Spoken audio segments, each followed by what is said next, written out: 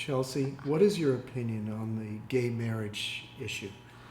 I think Unless you have more to say about this. Oh, no, I think I covered everything.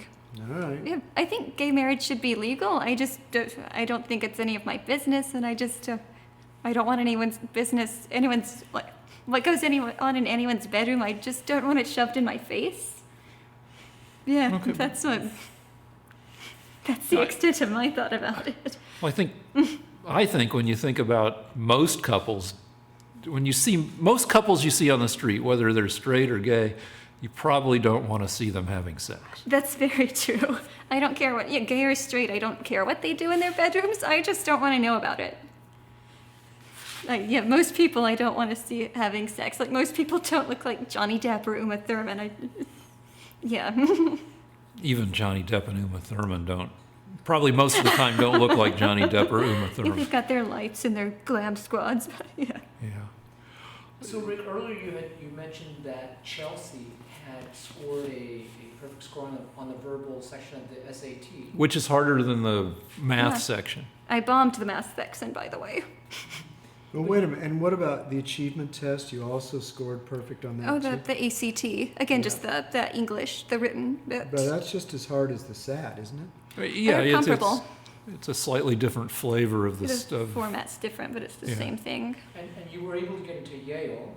I was. However, you didn't go because I couldn't get enough financial aid. It only covered maybe a fifth of what the total expenses would have been. I'm wondering if affirmative action played a role in that, and that somebody who maybe didn't score as high got that funding because they were a minority. How do you feel about that? That thought crossed my mind. I was kind of bitter about it for a while. I think I've gotten past it. I did go to college. I got a bachelor's degree in theater, so I did fine, but I was bitter. I thought, my life could have been much better. Had I gone to Yale, I could have had more opportunities. I might have been happier. I might not have had to go to Mississippi. But yeah, I was. What'd you think of Mississippi? Yeah, they don't like Jews there, so. Was that made known to you, like, with a reasonable frequently? Everyone there is Southern Baptist, so I got told I was going to hell. Well, was it vindictive? Were they vicious with it, or were they just concerned? No, they were concerned, but that doesn't make it any more pleasant. But anyway, I thought had I gotten into Yale, maybe I never would have had Baptists telling me I was going to hell. And for a while, I did wonder if that was. Actually, I think there's still a good chance it was because of affirmative action. I've seen it happen in person. I used to model for. It went under, sadly, but I used to model for a Korean college prep art school. And I would talk to a lot of the students there during breaks, and they're really smart kids, all of them. It was really competitive to get in. No one was dumb, no one was untalented, and a lot of them were applying to college, to USC, UCLA, Berkeley, and a lot of them couldn't get in. And they found out it was because a lot of these schools have quotas on Asian Americans. So I've seen how affirmative action can hurt really good, talented, qualified people. So, in a nutshell, Asians are kind of, to the early 21st century, what Jews were to the middle and early 20th century. Yeah, Asians are the new Jews, I think. Yeah. Where Asians, there are informal quotas. Asians off in many college admission situations, or have to score much higher to be considered than whitey or other minorities. And so, as a Democrat, I'm sure you approve of affirmative action. Well, getting into college in America is at the elite levels for the Ivies and Stanford and some other U of M and some of these schools. It's a mess, and it's tough because you have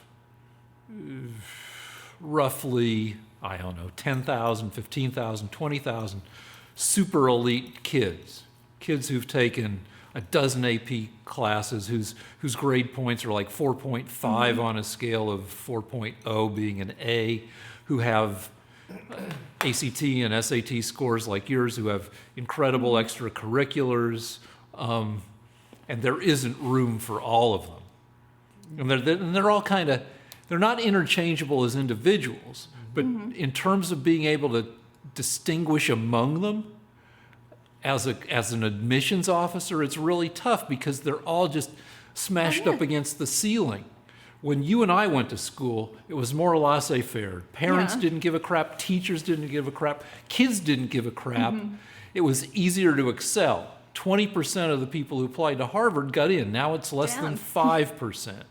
Rick, you need to admit right now that this whole mess is the fault of the liberals and their affirmative action. Oh, no, not at all. Why not? The current mess in college admissions is because it's much easier, and there are probably some other factors, but the major factor is how easy it is to apply to college now.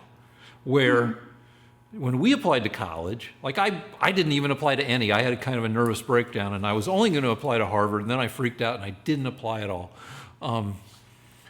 But back then, kids maybe applied to 2, 3, 4 colleges. And they had a pretty good idea whether they were getting in or not. Now, elite kids apply to 8, 10, 14, 16 colleges.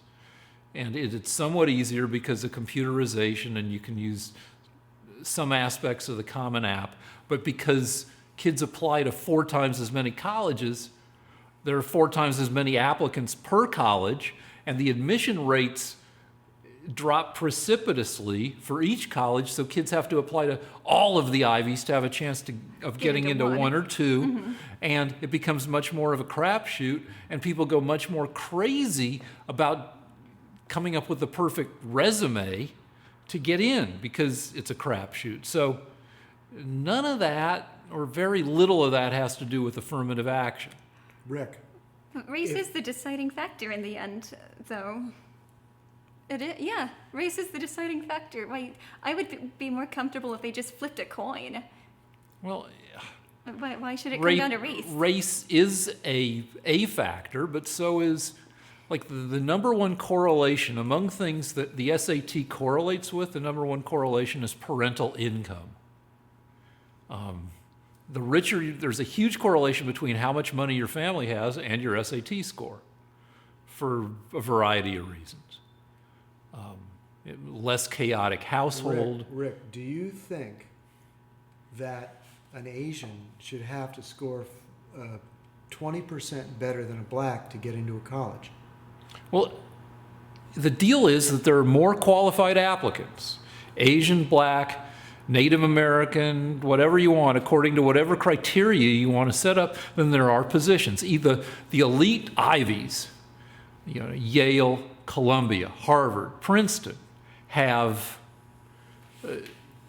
only admit each admit about 1,600 students a year.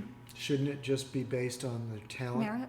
No, because when you're So you like Oh, this? You you like no, the it's a racism. fucking mess and it needs to be fixed. But But you what will you like the idea that it's based on race. race is among the factors. You Now, like that. You don't want to change that, huh? do I want? Yeah.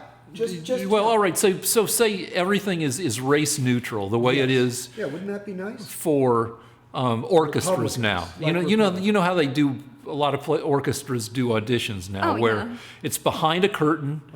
Uh-huh. You walk in on carpet, so they can't hear shoes clonking in a male or female way. They just hear the sound of you playing a piece. Yeah, wouldn't that be I think nice? that's excellent. Now, Wouldn't that if be you great? did that, Yes. complete blind admission, Yes.